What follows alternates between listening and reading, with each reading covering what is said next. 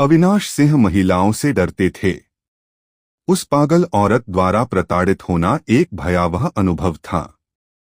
हालांकि इसने उन्हें अपना बेजान जीवन जीने से नहीं रोका। उसने अपने डर से लड़ने और महिलाओं से बात करने की कोशिश की। हालांकि हर बार जब वह किसी महिला को देखता है तो उसके शरीर पर एक जबरदस्त डर हावी हो जाता है और वह हिलना बंद कर देता है। यहाँ तक कि अगर कोई महिला उसकी तारीफ करने के लिए आगे आती कि वह कितना प्यारा है तो वह उसके एक शब्द भी कहने से पहले ही भाग जाता था। अविनाश ने कुछ नौकरियां भी खो दी क्योंकि वह एक महिला ग्राहक को देखकर भाग गया था या वह एक महिला सहकर्मी से डर गया था।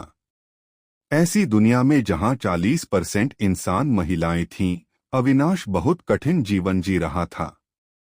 हालांकि वह फिर भी किसी तरह जीवित रहने में कामयाब रहा। ऐसा 6 साल तक चलता रहा और फिर एक दिन कुछ लोगों ने अविनाश के घर का दरवाजा खटखटाया। खटखटाओ खटकाओ खटकाओ। अविनाश ने दरवाजा खोला और एक जख्मी चेहरे वाला आदमी 2 अन्य लोगों के साथ अंदर दाखिल हुआ। मैं आपकी क्या मदद कर सकता हूं? अविनाश ने घबराहट में सवाल किया। ये लोग दबंग लग रहे थे।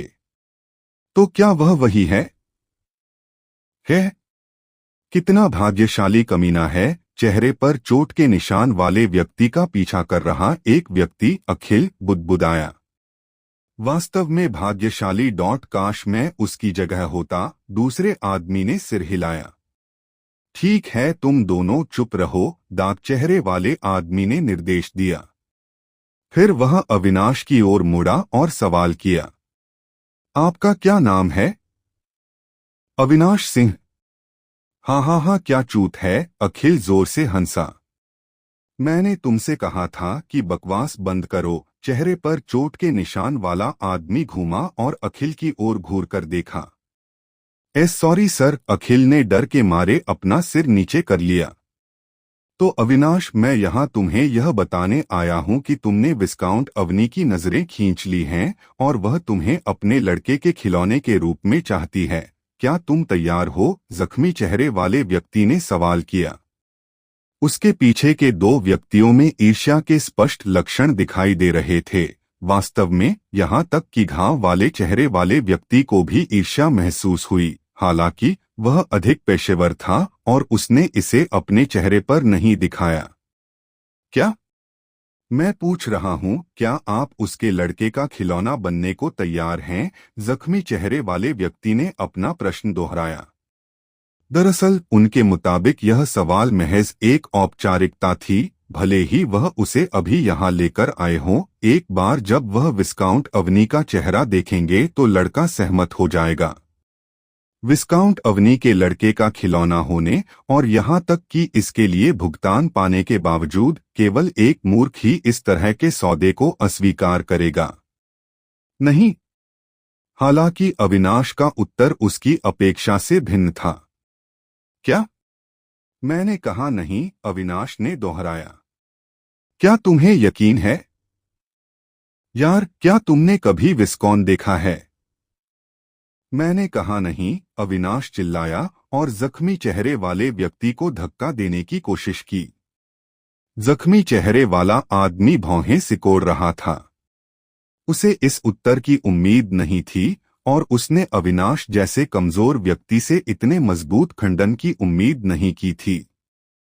हालांकि चाहे कुछ भी हो, वह अभी भी एक ठग था। जब उसने अविनाश को अपनी ओर दौड़ते हुए उसे दूर धकेलने की कोशिश करते हुए देखा तो उसके शरीर ने पलटवार किया और बम! उसने अविनाश के चेहरे पर मुक्का मारा। अविनाश का शरीर फर्श पर गिर गया और चोट के निशान वाले व्यक्ति ने उसकी पीठ पर पैर रखा और सवाल किया, क्या आप वाकई मेरा विरोध करना चाहते हैं? मैंने कहा नहीं, अविनाश चिल्लाया। चोट के निशान वाले व्यक्ति का चेहरा हिल गया और उसके सिर पर एक नस उभर आई। उसके पास बहुत कुछ है। उसे पीट दिया, उसने आदेश दिया।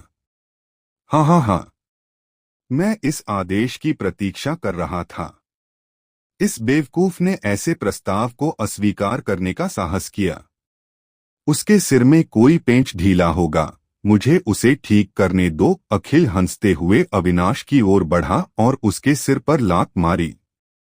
फिर तीनों लोगों ने अविनाश को पीटना शुरू कर दिया। हालांकि अविनाश अड़े हुए थे और हर बार जब उन्होंने उससे अपने जवाब पर पुनर्विचार करने के लिए कहा तो उन्होंने इसे अस्वीकार कर दिया। तीनों लोगों ने अविनाश पर तब तक हमला किया जब तक वह बेहोश नहीं हो गया। हम कल लौटेंगे, मुझे आशा है कि कल आपके पास बेहतर उत्तर होगा। घर से बाहर निकलते समय जख्मी चेहरे वाला आदमी बुदबुदाया। तीस्क, अब हमें उस पर उपचार औषधि का उपयोग करना होगा। क्या बर्बादी है? अखिल ने ठहाका लगाया। मुझे अभी भी समझ नहीं आया कि वह हमें क्यों अस्वीकार कर रहा है। वह हरामी विस्काउंट अवनी जैसे किसी व्यक्ति को अस्वीकार कर रहा है। मैं कामना करता हूं कि सभी सुंदर लोग दर्दनाक मौत मरें, अखिल ने श्राप दिया। जैसे ही वे तीनों चले गए, अविनाश का शरीर फर्श पर पड़ा था। फिर जैसे एक निश्चित खेल में जब मुख्य पात्र मर जाता है तो स्क्रीन जूम आउट हो जाती है, अविनाश के साथ भी कुछ ऐसा ही हुआ। जो सब कुछ देख रहा था, जल्द ही उसके चारों ओर सब कुछ पहले से काला हो गया। क्लैंक, खड़खड़ाहट की आवाज के साथ सब कुछ इस तरह टूट गया जैसे कि वह एक दर्पण हो और अविनाश जाग गया। अविनाश ने फिर इधर-उधर देखा और महसूस किया कि याददाश्त खत्म हो गई है। मेरे पूर्ववर्ती की उन ठगों द्वारा पिटाई के बाद मृत्यु हो गई, अविनाश को एहसास हुआ। फिर उसने चारों ओर देखा और पाया कि वह अभी भी अपने कमरे में अपने बिस्तर पर था। उसकी छाती के ऊपर रिया सो रही थी। एक औरत उसके सीने पर सो रही थी। एक महिला उसके बहुत करीब थी। अविनाश ने रिया की ओर देखा और कुछ महसूस किया। आह, वह कितनी प्यारी है, अविनाश ने मन ही मन सोचा। उसके सिर पर हाथ फेरते ही उसके चेहरे पर एक हल्की सी मुस्कान आ गई। उनके पूर्ववर्ती शायद महिलाओं से डरते थे, लेकिन उन्होंने ऐसा नहीं किया। उन पर इन यादों का कोई असर नहीं हुआ। जैसा कि पहले उल्लेख किया गया है, यह ऐसा था जैसे उसने कोई फिल्म देखी हो। वह चरित्र के बारे में सब कुछ जानता है और जानता है कि वह कैसा महसूस करता है, हालांकि वह वैसा महसूस नहीं करता जैसा कि चरित्र करता है। सोचने के लिए उसने विस्काउंट, जो एक महिला थी, के पास जाने के बजाय पीट पीट कर मार डाला जाना स्वीकार कर लिया। अविनाश ने मन ही मन सोचा और आह भरी। आपने एक कठिन जीवन जिया, मेरे पिछले जीवन से भी अधिक कठिन। फिर उसकी आंखें ठंडी हो गईं। चिंता मत करो, मैं तुम्हारा बदला लूंगा। मम, किसका बदला? अचानक रिया, जो उसकी छाती पर सो रही थी, ने अपनी आंखें खोलीं और नींद से सवाल किया। सुप्रभात मेरे प्यारे हत्यारे। सुप्रभात, रिया ने अपनी आंखें मलीं। फिर उसने चारों ओर देखा और जल्दी से अपनी स्थिति का पता लगा लिया। वह अविनाश के ऊपर नंगी सो रही थी। अविनाश भी नग्न था। रिया ने अपनी आंखें चौड़ी कीं। उसे तुरंत याद आया कि कल रात क्या हुआ था और उसका चेहरा लाल हो गया। हालांकि इससे पहले कि अविनाश उसकी प्रतिक्रिया का आनंद ले पाता, उसने अपने मन में प्रिया की आवाज सुनी। अविनाश, अविनाश, यह महत्वपूर्ण है। ये आपको जानना होगा। 8 घंटे पहले, जब अविनाश अपने कंसील का उपयोग कर रहा था और छिप रहा था, रिया को पीछे से पकड़ने और उसके साथ चीजें करने की योजना बना रहा था। प्रिया, जिसे उसने पहले ही अपनी योजना बता दी थी, ने एक निश्चित मिशन के लिए महल में रहने का फैसला किया और अपने कमरे की ओर चल रही थी जब उसे किसी ने रोका। प्रिया? प्रिया ने पलटकर उस व्यक्ति की ओर देखा जिसने उसे बुलाया था। हम, लेडी कियारा, क्या हुआ? मुझे कुछ नहीं हुआ, लेकिन तुम यहाँ क्यों हो? क्या तुम आम तौर पर अपनी ड्यूटी खत्म होते ही निकलकर अपने प्रेमी से नहीं मिलते? कियारा ने सवाल किया। उगघ प्रिया नाराजगी में गुर्राई। बेशक भले ही वह जानती थी कि अविनाश क्या कर रहा था और यह केवल रात में ही कैसे किया जा सकता था और बाद में वह उससे कैसे निपटेगा, फिर भी वह निराश थी। वह चाहती थी कि आज रात भी वह उसे चोदे। कियारा, जिसने तुरंत उसके हाव भाव पर ध्यान दिया, उसके मन में केवल एक ही विचार था, यह मनोरंजक लगता है। जब उसने सवाल किया तो उसके चेहरे पर मुस्कान आ गई। क्या तुम्हें कान की जरूरत है? तुम मुझे वह सब कुछ बता सकते हो जो तुम चाहते हो, तुम्हें पता है। प्रिया ने कियारा पर नजर डाली। वह इस लेडी कियारा को तब से जानती है जब से वह महल में आई थी। वह उसे अच्छी तरह से जानती थी कि वह क्या सोच रही है। हालांकि अपनी होने वाली बहन के साथ अपना दर्द साझा करना इतना बुरा नहीं लगता, प्रिया ने मन ही मन सोचा। इसके अलावा मुझे उसके करीब जाने की जरूरत है। इससे अविनाश को मदद मिल सकती है और वह इसके लिए मुझे इनाम दे सकता है। फिर प्रिया के चेहरे पर एक हल्की सी मुस्कान आई और उसने सिर हिलाया। ठीक है, लेडी कियारा। कियारा की मुस्कान चौड़ी हो गई। उसे आज रात का मनोरंजन मिल गया। फिर उसने तुरंत प्रिया का हाथ पकड़ा और उसे अपने कमरे की ओर खींच लिया। ठीक है, मेरे पीछे मेरे कमरे तक चलो, हम वहीं बात करेंगे। जो नौकर उन दोनों के पास से गुजरे, उन्होंने प्रिया की ओर दया भरी नजरों से देखा। तो यह आज मुख्य नौकरानी है ना? आह!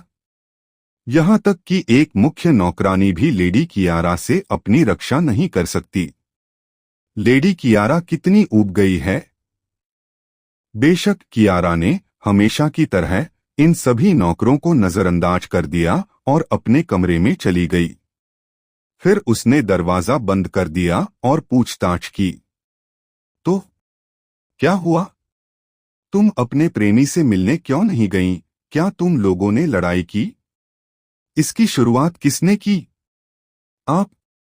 नहीं, यह वही होगा।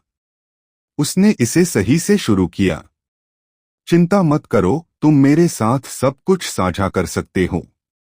प्रिया ने अंदर ही अंदर सिर हिलाया। वह सचमुच बोर हो गई है। लेडी कियारा, हमने लड़ाई नहीं की, उसने जवाब दिया। हम? फिर आप यहाँ क्यों हैं? कियारा ने अपने चेहरे पर अप्रसन्नता के भाव के साथ सवाल किया। वह ऐसी कोई और कहानी नहीं सुनना चाहती जैसी उस नौकरानी ने उसे कल सुनाई थी। सक एक परिपक्व जोड़ा। हम? क्या मजाक! उनके जैसे लोगों को तो मर जाना चाहिए। वह यह रात किसी अन्य महिला के साथ बिता रहा है, प्रिया ने अपने चेहरे पर दुखी भाव के साथ उत्तर दिया। कियारा ने हैरान होकर प्रिया की ओर देखा। उसे ऐसी किसी चीज की उम्मीद नहीं थी। नहीं, असल में उसे ऐसी किसी चीज की उम्मीद थी। यह इस दुनिया में सामान्य बात थी। शक्तिशाली पुरुषों के पास हरम होता है। आमतौर पर ऐसे पुरुषों को एक नई महिला मिलती है, वे उसके साथ रहते हैं और कुछ दिनों तक उसके साथ रात बिताते हैं, फिर उसके बारे में भूल जाते हैं। यह एक बहुत ही सामान्य घटना थी। कियारा के चेहरे पर उदासी छा गई। वह मनोरंजन चाहती थी, हालांकि वह नहीं चाहती थी कि इससे किसी की जिंदगी बर्बाद हो। उसके जैसे किसी व्यक्ति का आना अजीब है, जो चाहती थी कि जोड़े लड़े और टूट जाएं ताकि वह नाटक का आनंद ले सके। तो अब तुम एक ट्रॉफी बन जाओगे ना? कियारा बुदबुदाया। क्या आप नहीं जानते कि ट्रॉफी का मतलब क्या होता है? यह एक ऐसा शब्द है जो एक ऐसी महिला का प्रतिनिधित्व करता है जिसे अपने पति या प्रेमी से कोई ध्यान नहीं मिलता है। नहीं, लेडी कियारा, मुझे पता है ट्रॉफी का क्या मतलब है, हालांकि मैं ट्रॉफी नहीं बनी। उन्होंने कहा कि वह इसे कल मेरे लिए बना देंगे। मुझे बस इस बात का दुख है कि मैं उनके साथ एक रात नहीं बिता सकती आज। उन्ह इस बार कियारा ही वह व्यक्ति था जिसने भौहें चढ़ा लीं। आमतौर पर इन जैसे पुरुषों को वास्तव में ट्रॉफी की परवाह नहीं होती है। उनमें से अधिकांश मैं इसे कल तुम्हें पूरा कर दूंगा जैसी कोई झूठी आशाएं पैदा नहीं करते हैं। तो फिर उसका प्रेमी ऐसा क्यों कर रहा है? क्या किसी महिला का दिल बार बार तोड़ना मजेदार है? क्या वह चाहता है कि वह अपनी आशा बनाए रखे और हर दिन उसे कुचलती रहे? जब कियारा ने इस बारे में सोचा तो उसके चेहरे पर एक प्रिया भाव दिखाई दिया। चिंता मत करो, मैं तुम्हारे लिए उससे निपट लूंगा, कियारा ने ठंडे स्वर में कहा। आपका क्या मतलब है, लेडी कियारा? एडा ने असमंजस में प्रश्न किया। कियारा ने फिर अपना सिर हिलाया और आह भरी। प्रिया, तुम अभी भी बहुत मासूम हो। वह हरामी तुम्हें सिर्फ झूठी आशा दे रहा है। उनके जैसे लोग एक बार मजा लेने के बाद महिला की परवाह नहीं करते हैं। लेकिन चिंता मत करो, मैं तुम्हारे साथ हूं। मैं निपट लूंगा, वह कमीना चाहे कोई भी हो। लेडी कियारा, आपने गलत समझा। आखिरकार प्रिया को समझ आ गया कि वह किस बारे में बात कर रही थी और उसने अपना सिर हिला दिया। हम लेडी कियारा, मैं कोई भोली भाली बच्ची नहीं हूं। मुझे पता है कि लोगों को कैसे परखना है। वह ऐसा नहीं है। वह फिर प्रिया के चेहरे पर मुस्कान आ गई। वह बहुत ही सज्जन और देखभाल करने वाले व्यक्ति हैं। साथ ही तब प्रिया शर्मा गई। वह बिस्तर में बहुत अच्छा है। कियारा भी शर्मा गई। उसे जल्द ही कल की उनकी बातचीत याद आ गई और वह उन चीजों की कल्पना करने लगी जिनकी उसे कल्पना नहीं करनी चाहिए। चिंता मत करो, लेडी कियारा। वह उस प्रकार का आदमी नहीं है। मैं निश्चित रूप से कह सकता हूं, जब मैं सामने आया तो उसने अपनी दूसरी महिला को नहीं छोड़ा। वह उनके साथ अच्छा व्यवहार करता है और उनके साथ काफी समय बिताता है, ठीक वैसे ही जैसे वह मेरे साथ बिताता है। वह एक अच्छा इंसान है, प्रिया मुस्कुराई। जब कियारा ने प्रिया के चेहरे पर भाव देखा तो उसके चेहरे पर मुस्कान आ गई। प्रिया अभी बहुत मासूम और खूबसूरत लग रही थी। हालांकि जल्द ही कियारा ने उस विचार को अपने दिमाग से निकाल दिया। और वह बिस्तर में बहुत अच्छा है। आपको उसे दोबारा दोहराने की जरूरत नहीं है। कियारा ने अपने चेहरे पर सूखे भाव के साथ प्रिया की ओर देखते हुए बुदबुदाया। लेकिन मैं झूठ नहीं बोल रहा हूं, वह बिस्तर में वास्तव में अच्छा है। प्रिया ने फिर से दोहराया, अपनी बहन को यह बताने की कोशिश की कि उसका भावी आदमी कितना अच्छा है। वह वास्तव में वह इनाम चाहती थी। मैं समझ गया।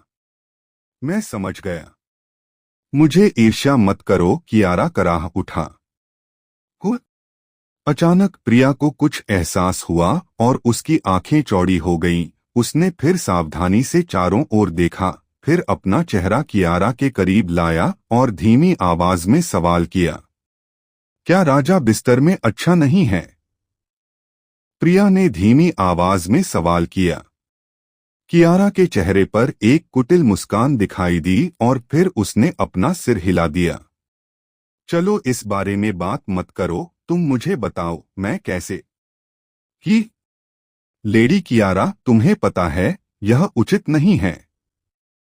मैं तुम्हारे साथ बहुत सी बातें साझा करता हूं और तुम मेरे साथ कुछ भी साझा नहीं करती हो। क्या मैं सिर्फ आपके मनोरंजन का साधन हूं? अचानक प्रिया ने चेहरे पर उदासी लाते हुए सवाल किया। नहीं, ऐसा नहीं है। कियारा ने तुरंत अपना सिर हिलाया। प्रारंभ में प्रिया कियारा के लिए मनोरंजन के साधन से अधिक कुछ नहीं थी। हालांकि किसी कारण से कल उसके और प्रिया के बीच हुई लंबी बातचीत के बाद कियारा को लगा कि वह प्रिया के थोड़ा करीब है। वह सिर्फ मनोरंजन का साधन नहीं थी, वह वास्तव में प्रिया की थोड़ी परवाह करती थी। तो फिर तुम मेरे साथ कुछ भी साझा क्यों नहीं कर रही हो? चिंता मत करो, तुम जो भी चाहो मुझसे साझा कर सकती हो, मैं किसी और को नहीं बताऊंगी। अब मुझे बताओ, क्या राजा बिस्तर में बुरा है? क्या उसके पास कोई छोटा हथियार है? प्रिया ने सवाल किया। जब कियारा ने अपना प्रश्न सुना तो उसका चेहरा आश्चर्य से चौड़ा हो गया। उसने प्रिया से ऐसा होने की उम्मीद नहीं की थी। विकृत। चलो लेडी कियारा, बताओ बताओ, क्या राजा के पास कोई छोटा हथियार है? महफ, प्रिया ने फिर सवाल किया। तुम सच में साहसी हो प्रिया? क्या तुम्हें नहीं पता? यदि राजा को पता चल गया कि तुम क्या कह रहे हो तो तुम्हें मार दिया जाएगा, कियारा ने प्रश्न किया। क्या हम यहाँ केवल दो नहीं हैं? राजा को मेरे बारे में कैसे पता चलेगा? तुम मुझे बाहर नहीं करोगे लेडी कियारा? प्रिया ने वापस सवाल किया। दीवारों के भी कान होते हैं, आप जानते हैं। विशेषकर शाही महल की दीवारें। दीवारों की ओर इशारा करते हुए कियारा मुस्कुराई।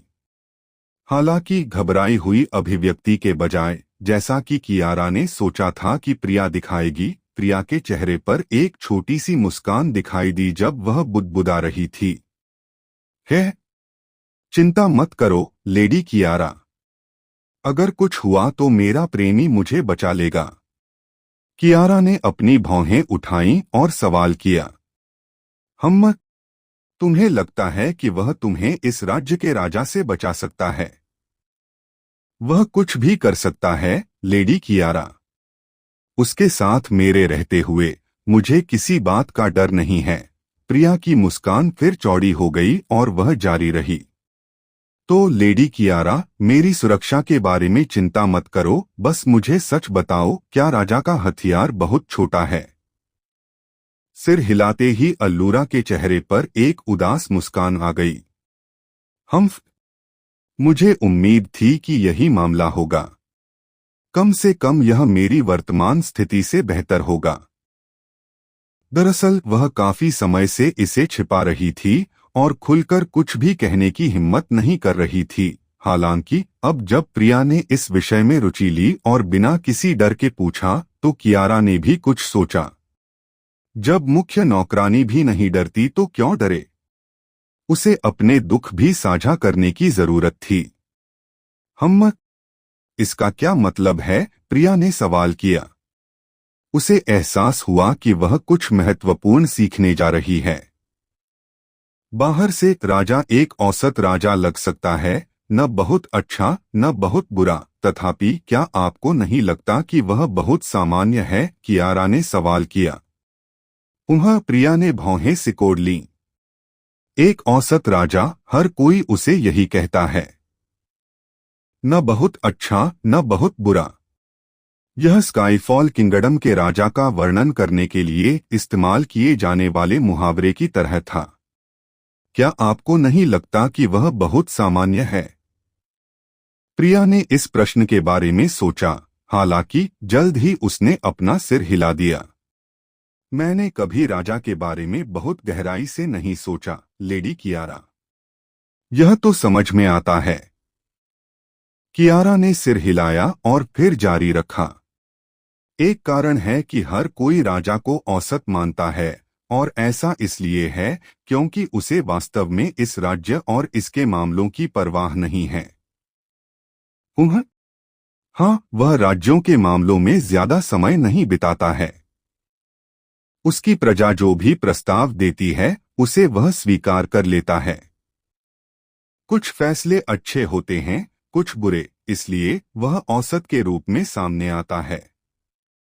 लेकिन क्या उसकी प्रजा इस तथ्य का उपयोग अपने लाभ के लिए नहीं करेगी और अंततः सब कुछ स्वयं नियंत्रित नहीं करेगी? वे ऐसा कुछ क्यों नहीं कर रहे? प्रिया सवाल किए बिना नहीं रह सकी।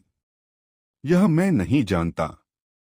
हालांकि मैंने एक बार राजा को सरकारी मामले संभालते देखा है। वह कुछ सोचता सुनता नहीं, वह बस उस समाधान को सुनता है जो विषय लेकर आया है और प्रारंभिक समस्या को जाने बिना ही उससे सहमत हो जाता है। एकमात्र चीज जिसकी उसे परवाह है वह जितनी जल्दी हो सके सब कुछ खत्म करना है। लेकिन वह हमेशा जाने के लिए इतना उत्सुक क्यों रहता है? वह राज्य पर शासन करने के अलावा और क्या करता है? प्रिया ने सवाल किया।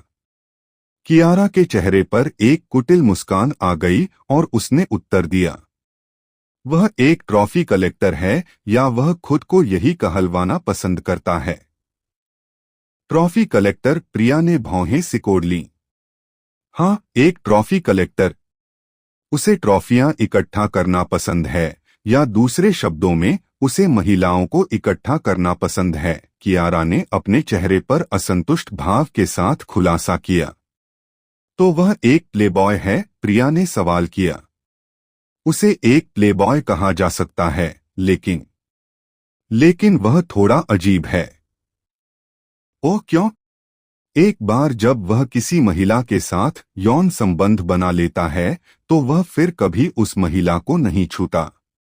यही कारण है कि उनके केवल 6 बच्चे हैं, भले ही उनकी 4 पत्नियां, 50 उपपत्नियां और शाही महल के बाहर अनगिनत अन्य महिलाएं हैं।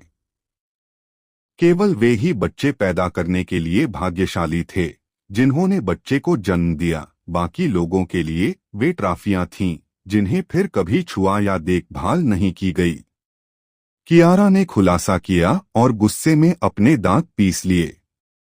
कियारा की आंखें भी आश्चर्य से फैल गईं। लोगों को हमेशा आश्चर्य होता था कि राजा के केवल 6 बच्चे ही क्यों थे। अब वह कारण जानती है।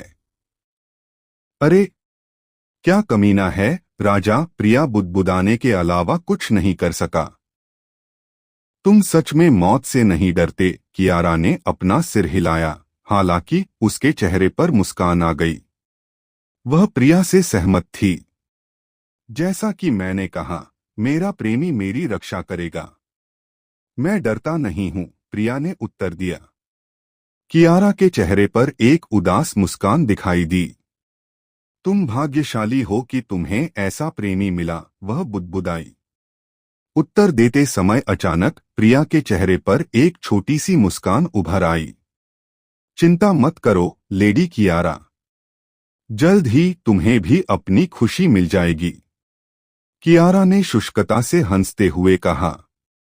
वह जानती थी कि प्रिया यह सिर्फ कहने के लिए कह रही थी। उसका वास्तव में यह मतलब नहीं था। प्रिया को पता था कि वह क्या सोच रही थी और उसने अपना सिर हिला दिया। फिर उसने कियारा के चेहरे पर उदासी देखी और विषय बदलने का फैसला किया। वे दोनों दूसरे विषय पर बात करने लगे। फिर उन्होंने दूसरे विषय पर बात की, फिर दूसरे विषय पर और फिर एक अलग विषय पर बात की। वे पूरी रात बातें करते रहे और फिर प्रिया ने खुद को माफ कर दिया। अविनाश, जब वह गलियारे में टहल रही थी तो उसने पुकारा। उसे यह खुशखबरी देनी थी। यह महत्वपूर्ण है, तुम्हें यह जानना होगा। प्रिया की रिपोर्ट सुनते ही अविनाश के चेहरे पर एक छोटी सी मुस्कान आ गई। है, कितना आसान। अविनाश मन ही मन बुदबुदाया और मुस्कुराया। प्रिया, आपने बहुत अच्छा काम किया, बहुत बहुत धन्यवाद। है, यदि आप सोचते हैं कि धन्यवाद से काम खत्म हो जाएगा तो आप गलत हैं। ओह, तो फिर मैं तुम्हें अपनी प्रशंसा कैसे दिखाऊं, मेरी विकृत नौकरानी। अब जब हमें इसके बारे में पता चल गया है तो मेरा मिशन यहाँ समाप्त हो गया है, प्रिया ने बुदबुदाया। वास्तव में हमें अब उस चीज के बारे में चिंता करने की जरूरत नहीं है। अविनाश ने सिर हिलाया, हालांकि जल्द ही उसे समझ आ गया कि प्रिया अभी ऐसा क्यों कह रही थी। फिर अविनाश के चेहरे पर एक बड़ी मुस्कान आ गई और उसने बहुत ही सौम्य स्वर में सवाल किया, कैसा रहेगा कि मैं एक लंबी रात के सत्र में तुम्हें अपनी सराहना दिखाऊं, मेरी विकृत नौकरानी। यह काम करेगा, प्रिया सहमत हो गई। वास्तव में वह और अधिक पूछना चाहती थी और अपनी शर्तों को अधिक स्पष्ट रूप से सामने रखना चाहती थी, लेकिन अविनाश की कोमल आवाज के सामने वह इसके बारे में भूल गई और सिर हिलाया। हालांकि अचानक अविनाश बुदबुदाया, क्या हम यह रात अवनी या मेरी नई हवेली में नहीं बिताएंगे? क्यों? प्रिया असमंजस में पड़ गया। अविनाश फिर बुरी तरह मुस्कुराया और उत्तर दिया, क्योंकि मैं तुम्हारे साथ जो करने जा रहा हूं वह दूसरों को नजर नहीं आना चाहिए। प्रिया, जो अपने कमरे में थी, काम के लिए तैयार हो रही थी, रुक गई और उसका शरीर कांपने लगा। जब अविनाश उसके शरीर के ऊपर लेटा हुआ था, तब उसके बंधे होने की छवियां उसके दिमाग में उभरी और शिट, मुझे अपनी पैंटी बदलनी पड़ेगी। उसने बुदबुदाते हुए अपनी नजरें झुका लीं और अपनी छोटी बहन की ओर देखा जो थोड़ी नियंत्रण से बाहर हो गई थी। है, बहुत सारी पैंटी लाना सुनिश्चित करें, वास्तव में नहीं, इसे खराब कर दें। एक बार जब हम एक दूसरे से मिलेंगे तो आपको किसी भी कपड़े की आवश्यकता नहीं होगी। हालांकि सुरक्षित रहने के लिए बस एक ले आओ। प्रिया ने फिर अविनाश की आवाज सुनी और उसका चेहरा लाल हो गया। जरूर, ठीक है, फिर याद रखना, तुम्हें आज हवेली आने की जरूरत नहीं है, मैं आकर तुम्हें ले जाऊंगा। ठीक है। हाँ हाँ, प्रिया ने सिर हिलाया। फिर अविनाश ने उन दोनों के बीच टेलीपैथिक लिंक को तोड़ दिया और प्रिया के चेहरे पर एक बड़ी मुस्कान आ गई। लड़का नहीं, बहन कियारा, मैंने तुमसे झूठ नहीं बोला। वह वास्तव में सबसे अच्छा आदमी है जिसकी आप कभी भी कामना कर सकते हैं। प्रिया फिर अपनी अलमारी की ओर चली गई और सेक्सी काली पैंटी की एक और जोड़ी निकाली। हो सकता है कि वह आज अपने काम पर ध्यान केंद्रित न कर पाएं। खैर, ऐसा नहीं है कि वह पिछले कुछ दिनों से इस पर ध्यान दे रही हैं।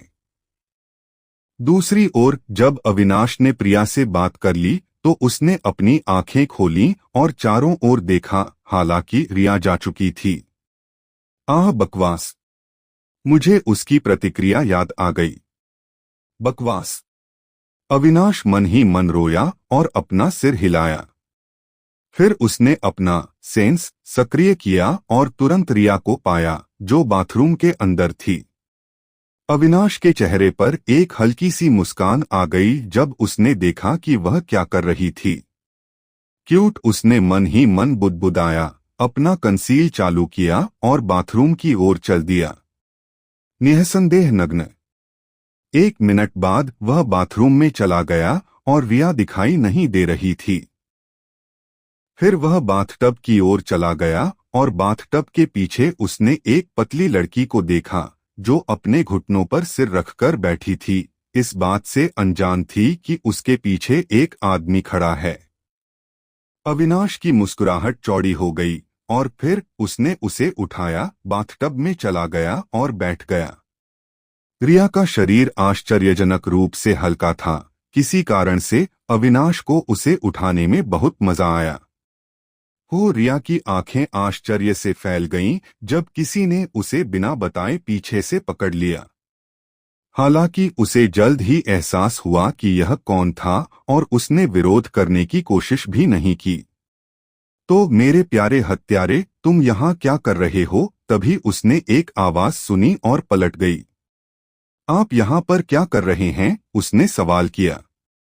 हाँ, यह मेरा प्रश्न है, आपने सही सुना, अविनाश ने सिर हिलाया।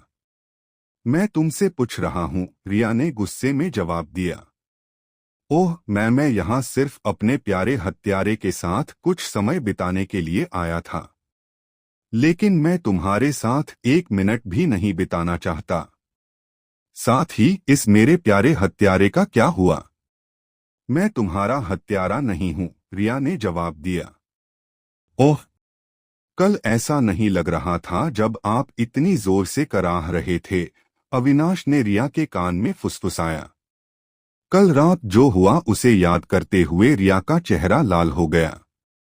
जल्द ही उसने महसूस किया कि अविनाश ने उसके चारों ओर अपना आलिंगन कस लिया है और फिर फ्यूव उसने उसके कान में गर्म हवा फेंकी और रिया का शरीर कांप उठा, जैसे उसके पूरे शरीर में एक अजीब सा झटका महसूस हुआ। फिर अविनाश ने उसकी कमर के चारों ओर अपना आलिंगन और भी कस दिया, उसके साथ अपने पैर क्रॉस कर लिए और फुसफुसाया, इसके अलावा अब से तुम मेरे हो, मेरे प्यारे छोटे हत्यारे। जब उसने ये शब्द सुने तो उसके शरीर में एक और झटका लगा, उसके दिल की धड़कन तेज हो गई और साथ ही उसका चेहरा और भी लाल हो गया। फिर अविनाश थोड़ा घूमा और नल खोल दिया। ठंडे पानी ने उनके गर्म शरीर को छुआ और रिया की पीठ फिर से ऊपर उठ गई। हालांकि ऐसा पानी के कारण नहीं था, एक और कारण था। उसे महसूस हुआ कि उसके नितंब में कुछ चुभ रहा है। मैं क्षमा चाहता हूँ, रुको। उसने तभी अविनाश की आवाज सुनी। उसने उसे उठाया, अपने छोटे भाई को समायोजित किया और उसे वापस अपनी गोद में रख लिया। उठ, जैसा कि अपेक्षित था, यह अच्छा लग रहा है, अविनाश खुशी से कराह उठा। रिया का चेहरा और भी लाल हो गया और उसकी छोटी बहन भी प्रतिक्रिया करने लगी। क्यों? क्योंकि अविनाश का छोटा भाई अब उसकी दोनों जांघों के बीच था, खतरनाक ढंग से उसकी छोटी बहन के करीब। और जब भी उसका छोटा भाई वहां होता, उसका अंत कभी अच्छा नहीं होता। नहीं, यह वास्तव में अच्छे से समाप्त हुआ, क्योंकि उसे भी बहुत आनंद महसूस हुआ। वाई तुम एक विकृत हो, रिया ने बुदबुदाया। उसकी आवाज अब बहुत धीमी हो गई थी। मैं हूं, रिया ने सिर हिलाया। है, मैं इसमें कुछ नहीं कर सकता। तुम बहुत सुंदर हो, मेरे प्यारे हत्यारे। अविनाश ने रिया के कंधे पर अपनी ठुड्डी रखते हुए बुदबुदाया। रिया के चेहरे पर एक छोटी सी मुस्कान आ गई। अब नहाएं क्या? रिया ने प्रश्न किया। T together? ठीक है, चूंकि हम एक साथ गंदे हो गए हैं, तो क्या हमें खुद को भी एक साथ साफ नहीं करना चाहिए? अविनाश ने प्रश्न किया। रिया ने इसके बारे में थोड़ा सोचा और फिर सिर हिलाया। यह समझ में आता है। फिर एक लंबा, नहीं बहुत लंबा और आनंददायक स्नान सत्र चला। एक आनंदमय स्नान सत्र के साथ एक और बाथरूम सेक्स के बाद रिया और अविनाश अंततः अपने चेहरे पर मुस्कान के साथ बाथरूम से बाहर निकले। फिर उन दोनों ने अपने कपड़े पहनने शुरू कर दिए। अविनाश ने अपने सामान्य कपड़े पहने, जबकि रिया ने अपनी त्वचा से टाइट हत्यारे के कपड़े पहने। आप क्या कर रहे हो? अविनाश ने प्रश्न किया। क्या रिया ने भौहें सिकोड़ लीं? अविनाश फिर रिया की ओर चला और उसका मुखौटा छीन लिया। मैं नहीं चाहता कि आप अब अपना मुखौटा पहने। अगर आप ऐसा करते हैं तो मैं आपकी सुंदरता की प्रशंसा कैसे करूं? अविनाश ने चेहरे पर धूर्त मुस्कान के साथ सवाल किया। लेकिन मैं एक हत्यारा हूं। तुम मेरे हत्यारे हो, इसलिए तुम्हें मुखौटा पहनने की अनुमति नहीं है, अविनाश फुसफुसाए। जो भी हो, रिया ने कंधे उचकाए। वह जानती थी कि वह किसी भी बहस में अविनाश के खिलाफ नहीं जीत पाएगी, तो कोशिश क्यों करें। वह एक शांतचित्त हत्यारी थी। वह इस तरह अपनी ऊर्जा बर्बाद नहीं करेंगी। अविनाश मुस्कुराया और सिर हिलाया। ठीक है, अब चलें और नाश्ता करें। है टी टुगेदर? रिया ने सवाल किया। हम एक रात एक साथ नग्न होकर बिताते हैं, फिर हम नंगे ही एक साथ नहाए। एक साथ नाश्ता करने में क्या दिक्कत है? अविनाश ने प्रश्न किया। रिया चुप हो गई और यद्यपि उसने अपना सिर नीचे करके इसे छिपाने की कोशिश की, अविनाश ने स्पष्ट रूप से देखा कि उसका चेहरा लाल हो गया था। है, उसे छेड़ने में बहुत मजा आता है, उसने मन ही मन सोचा और हंसा। क्या अवनी, नव्या, प्रिया और लूना वहां होंगे? प्रिया ने सवाल किया। हम? बेशक वे होंगे। हालांकि प्रिया वहां नहीं होगी, वह रॉयल पैलेस में है। वह कल यहाँ नहीं आई क्योंकि उसकी जगह किसी और ने ले ली, अविनाश ने चेहरे पर हल्की सी मुस्कान के साथ उत्तर दिया। रिया का चेहरा और भी लाल हो गया और उसने जवाब दिया, मैंने उसकी जगह नहीं ली। तुमने मुझे मजबूर किया। मैंने कब कहा कि तुमने उसकी जगह ले ली? मैं मूर्ख नहीं हूं। मुझे पता है कि आप किस बारे में बात कर रहे हैं। हम आपका क्या मतलब है? मैं किस बारे में बात कर रहा हूं? अविनाश ने मुस्कुराते हुए सवाल किया। रिया इसे जोर से कहना चाहती थी, लेकिन ऐसा करने में बहुत शर्मिंदा थी। बेशर्म, उसने जवाब दिया। हाँ हाँ हाँ हाँ, अविनाश जोर से हंसा। वह मनमोहक है और उसे चिढ़ाने में मजा आता है, अहम, और वह प्यारी है। अविनाश ने मन ही मन सोचा और फिर उसने उसका हाथ पकड़ लिया। ठीक है, चलो चलते हैं और खाना खाते हैं। हालांकि रिया नहीं हिली। मैं तुम्हारे साथ नाश्ता नहीं करूंगा। मैं अन्य हत्यारे दोस्तों के साथ नाश्ता करना चाहता हूं। अविनाश ने फिर अपने चेहरे पर शून्य भाव से रिया की ओर देखा। वह कई दिनों से इन हत्यारों को देख रहा है और उनसे निपट रहा है। उसने देखा है कि एक दूसरे के प्रति बुनियादी सम्मान के अलावा उनके मन में एक दूसरे के प्रति कोई अन्य भावना नहीं है। वे बिल्कुल भी करीब नहीं हैं। कोई किसी का दोस्त नहीं है। और निस्संदेह रिया भी वैसी ही थी। फिर अविनाश ने उसे अपने पास खींच लिया और फुसफुसाया, तुम मेरे साथ खाना खाने आ रहे हो? नहीं तो मैं तुम्हें नाश्ते में खा लूंगा। तुम्हारा क्या मतलब है? मुझे खाओ, रिया ने सवाल किया। अविनाश मुस्कुराया, फिर उसने अपनी आंखें नीची कर लीं और उसकी मुस्कुराहट चौड़ी होने से पहले उसने रिया की छोटी बहन की ओर देखा। बेशक रिया तुरंत समझ गई कि उसका क्या मतलब है। ठीक है, मुझे अपने हत्यारे दोस्तों के साथ खाना खाना है। जैसे ही उसने दूर जाने की कोशिश की, उसने तुरंत उत्तर दिया। अविनाश मन ही मन हंसा और अपना सिर हिलाया।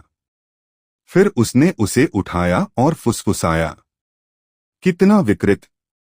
आपका क्या मतलब है? रिया ने अज्ञानतापूर्वक कार्य किया।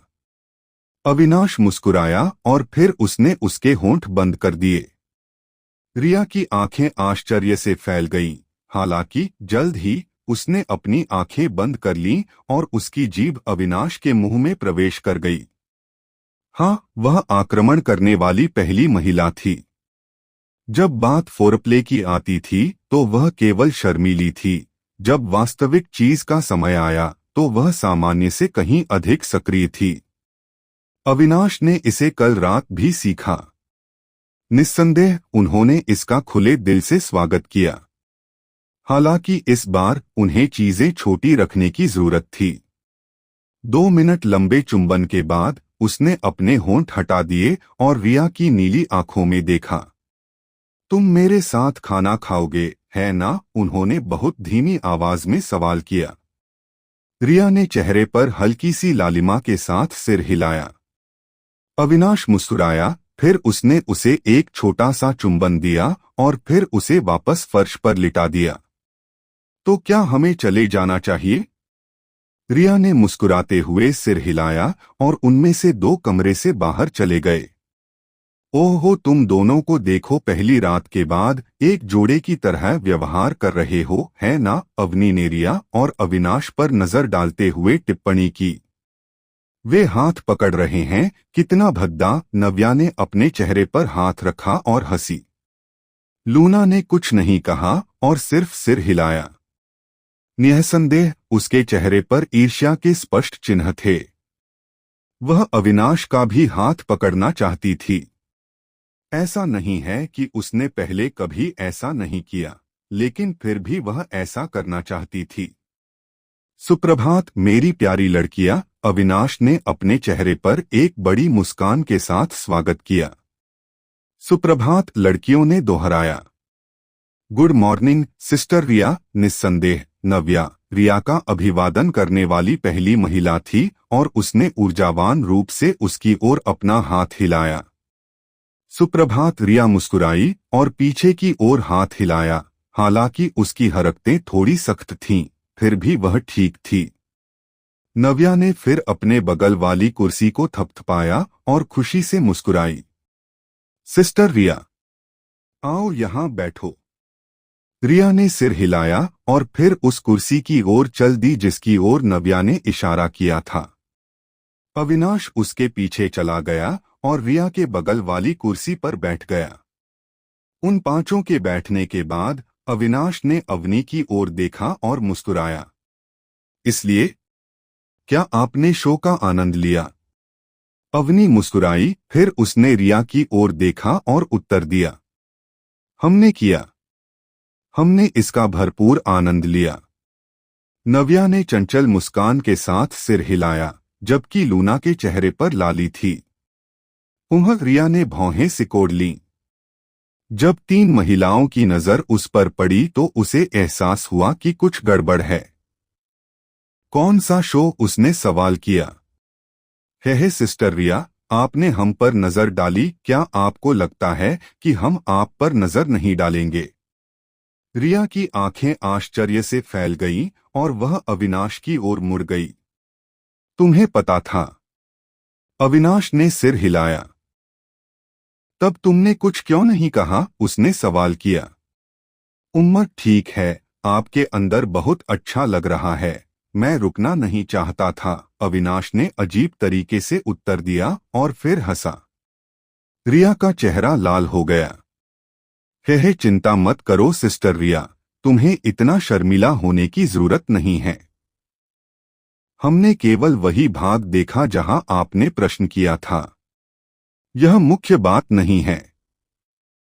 और उसके बाद अगले कुछ घंटे।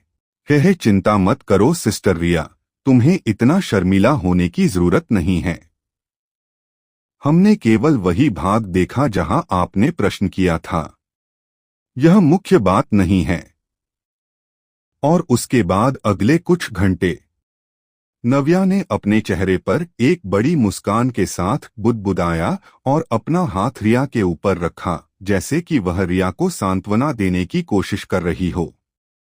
क्या इसका मतलब यह नहीं है कि आपने पूरी चीज देखी? रिया ने चौंकते हुए सवाल किया।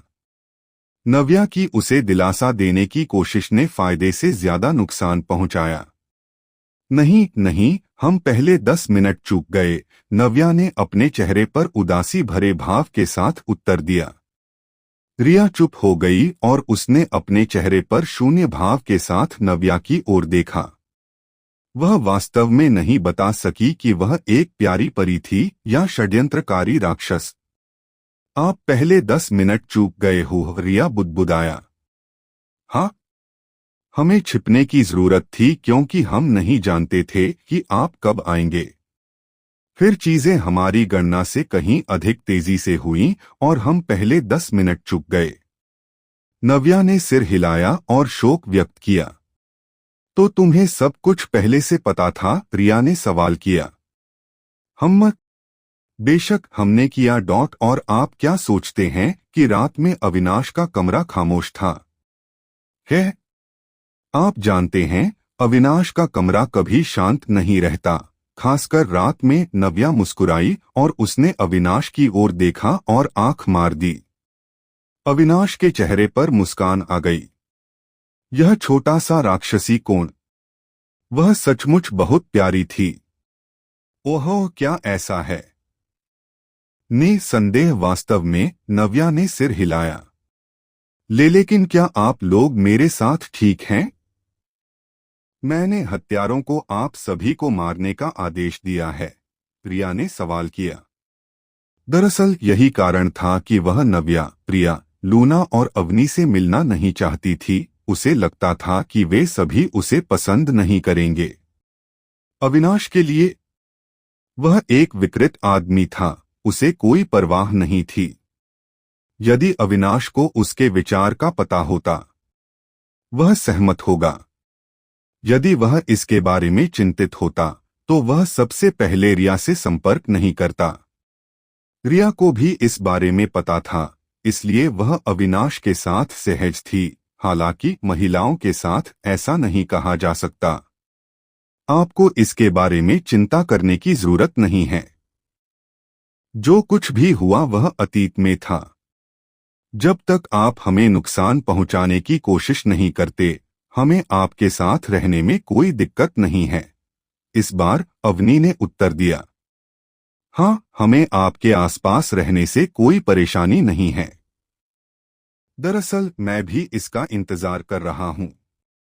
हे एक क्रूर हत्यारा मेरी बहन है, कितना रोमांचक है। नव्या जोर से हंसी और उसने मुट्ठी बनाकर हवा में मुक्का मारा। वह फिर रिया की ओर मुड़ी और अनुरोध किया, तुम्हें मुझे हत्या की कुछ तकनीकें सिखानी होंगी, ठीक है? हम आप यह क्यों सीखना चाहते हैं? अविनाश ने अपने चेहरे पर उत्सुकता दिखाते हुए सवाल किया।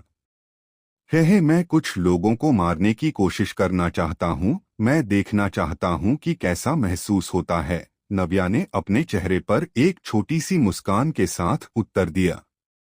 अविनाश ने आश्चर्य से आंखें झपकाईं। फिर वह अवनी और लूना की ओर मुड़ा और अपनी आंखें सिकोड़ लीं। तुम लोगों ने मेरी प्यारी नव्या के साथ क्या किया है? हमने कुछ नहीं किया, अवनी ने जवाब दिया। दरअसल वह नव्या के जवाब से भी हैरान थी। हम लूना, क्या तुम कुछ जानती हो? अविनाश ने लूना की आवाज सुनी और सवाल किया। लड़की ने सिर हिलाया और उत्तर दिया, यह रिया के करीब आने का उसका तरीका है। सिस्टर लूना, नव्या सदमे में उछल पड़ी। उसे उम्मीद नहीं थी कि उसकी बहन उसे इस तरह से परेशान करेगी। उसे ठगा हुआ महसूस हुआ। रिया, जिसने लूना को सुना, मुस्कुराई। उसने कभी नहीं सोचा था कि कोई उससे बात करने के लिए इतनी दूर चला जाएगा। यह अच्छा लगा। अविनाश के चेहरे पर एक हल्की सी मुस्कान आ गई और उसने राहत की सांस ली। भगवान का शुक्र है। जैसा कि मैंने सोचा था, नव्या अभी भी मेरी प्यारी नव्या है। नव्या, जिसने उसकी बातें सुनी, शर्मा गई। हालांकि उसके चेहरे पर जो बड़ी मुस्कान थी, उससे कोई भी बता सकता था कि वह तारीफ के कारण खुश थी। जैसा कि मेरे गुट के किसी व्यक्ति से अपेक्षा थी, कितना शुद्ध हृदय। बिल्कुल मेरे जैसा। अवनी ने भी सिर हिलाया। लूना, जिसने उसकी बातें सुनी, टिप्पणी करने से खुद को नहीं रोक सकी। लेडी अवनी, आप अविनाश की बेशर्मी से प्रभावित हो रही हैं। लूना के एक वाक्य से अवनी और अविनाश चुप हो गए। क्या ऐसा है? लूना, मैं अब एक बुरा प्रभाव हूं। अविनाश सवाल किए बिना नहीं रह सका। उसे चोट लगी थी, तुम्हें पता है? मेरा मतलब था। मम्मा, मैं इंतजार कर रहा हूं। मुझे बताओ कि तुम्हारा क्या मतलब है। मैं सब सुन रहा हूं। मुझे क्षमा करें। मैं गलत था। आप बिल्कुल भी बुरी संगत में नहीं हैं। चूंकि वह कोई बहाना नहीं बना सकी, लूना ने अपना सिर नीचे कर लिया और माफी मांगी। नहीं, एक साधारण माफी से कुछ नहीं होगा। मेरी प्रिय लूना, मुझे तुम्हारी कड़ी मेहनत करने और मुझे खुश करने की आवश्यकता होगी। अविनाश मुस्कुराया। लूना अच्छी तरह से जानती थी कि उस मुस्कुराहट का क्या मतलब है। वह वापस मुस्कुराई और चेहरे पर लाली लाते हुए सिर हिलाया। ठीक है। कितना भाग्यशाली है। क्या मुझे भी तुम्हें नापसंद करना शुरू कर देना चाहिए? अवनी ने मुस्कुराते हुए सवाल किया। ओह, क्या तुम मुझे इतनी बुरी तरह तरसा रहे हो कि अब खुद पर काबू नहीं रख पा रहे हो? क्या कल दोपहर हमारा सत्र बढ़िया नहीं रहा? क्या आप इसके बारे में भूल गए या आप और अधिक विकृत होते जा रहे हैं? अविनाश ने मुस्कुराते हुए जवाब दिया। अवनी ने नाक भौं सिकोड़ ली और कुछ नहीं कहा। शब्दों का प्रयोग करके अविनाश से लड़ना बेकार था। वह उसे बिस्तर पर चुप करा देगी। यही सच्चा युद्ध क्षेत्र है। रिया, जिसने यह सुना और समझा कि ये लोग किस बारे में बात कर रहे थे, शर्मिंदगी से अपना सिर झुकाए बिना नहीं रह सकी। उसे विश्वास ही नहीं हो रहा था कि वे इस बारे में खुलेआम बात कर रहे हैं। कि सिस्टर रिया, आपका चेहरा इतना लाल क्यों है? नव्या, जिसने तुरंत रिया के बदलाव को देखा, उससे सवाल किया। रिया का चेहरा और भी लाल हो गया और उसने अपना सिर हिलाया। कुछ नहीं। ओह चलो। हालांकि नव्या चैटिंग जारी रखना चाहती थी। ठीक है दोस्तों, चलो अब खाना शुरू करें। अविनाश बुदबुदाया, फिर वह रिया की ओर मुड़ा और सूचित किया। यदि आप नहीं जानते हैं तो मैं आपको बता दूं, 2 और 3 जल्द ही यहां आएंगे। मुझे प्रशिक्षण की आवश्यकता है, इसलिए मैं फिर से आप लोगों से लड़ूंगा। रिया सहमति में सिर हिलाने ही वाली थी। नव्या ने उसका हाथ पकड़ लिया और नहीं, आप 2 और 3 के साथ प्रशिक्षण ले सकते हैं। मुझे सिस्टर रिया से बात करने की जरूरत है। तो मिस 1 कहाँ है? जैसे ही उसने अविनाश पर नजर डाली, जो उसके ठीक सामने खड़ा था, तीनों ने भौहें चढ़ाकर सवाल किया। वह व्यस्त है, अविनाश ने उत्तर दिया। हम व्यस्त? मिस 1, क्या आप निश्चित हैं? 3 ने असमंजस में पूछताछ की। उसकी भ्रमित अभिव्यक्ति को देखकर अविनाश को तुरंत एहसास हुआ कि इसके पीछे एक कहानी थी। हम, आप इतने आश्चर्यचकित क्यों हैं? अविनाश ने प्रश्न किया। मिस 1 को झगड़ना पसंद है। जब हम राज्य में थे तो वह हर महीने हमारे साथ झगड़ती थी। जाहिर है, एक हत्यारे के रूप में हमें कई युद्ध तकनीकों की आवश्यकता नहीं है। हमने जो अभ्यास किया वह हत्या की तकनीकें थीं। गुप्त हमले, घातक हमले और गर्दन, हृदय, कमर और मस्तिष्क पर हमला। मिस 1 यह सब देखती थी और हमारी कमजोरी पर गौर करती थी। 3 ने उत्तर दिया। ओह, तो वह बचत करना पसंद करती है हो? अविनाश ने खुद से बुदबुदाया। वह करती है, लेकिन उसने फिर भी नव्या और अन्य लोगों से बात करना चुना। क्या ऐसा इसलिए है क्योंकि नव्या ने उससे इतनी प्रसन्नता से बात की? क्या वह दूसरों के साथ घुलने मिलने की कोशिश कर रही है? यह सोचते ही अविनाश के चेहरे पर मुस्कान आ गई। यह अच्छी बात है, अविनाश ने सिर हिलाया। ठीक है, वह अभी व्यस्त है, इसलिए केवल तुम दोनों ही मेरे साथ छींटाक्षी करोगे। तुम्हें डर नहीं लग रहा है क्या? अविनाश ने चिढ़ाया। है, हमने तुम्हें पहले भी हराया था, तुम्हें दोबारा हराना मुश्किल नहीं होगा। 3 हंसे और अविनाश की ओर दौड़ पड़े, जबकि 2 ने खुद को उस स्थान पर स्थापित किया जहां अविनाश 3 के हमले से बचने के बाद सामने आने वाला था। है, अविनाश मुस्कुराया। आज के प्रशिक्षण के लिए तैयार? सिस्टर रिया, मुझे बताओ, अविनाश के साथ आपकी पहली रात कैसी थी? नव्या ने उत्साहपूर्वक प्रश्न किया जब उसने देखा कि रिया एक बड़े बिस्तर पर उसके बगल में बैठी थी। नाश्ते के बाद उसने रिया को अपने साथ बातचीत करने के लिए खींच लिया। बेशक वह अवनी और लूना को भी अपने साथ ले आई। किसी को भी अकेला नहीं छोड़ा जाएगा। हे, क्या तुम लोगों ने यह सब अपनी आंखों से नहीं देखा? रिया ने भौहें चढ़ाते हुए सवाल किया। वह कल रात बिल्कुल भी चर्चा नहीं करना चाहती थी, अन्यथा वरना वह फिर से उत्तेजित हो जाएगी।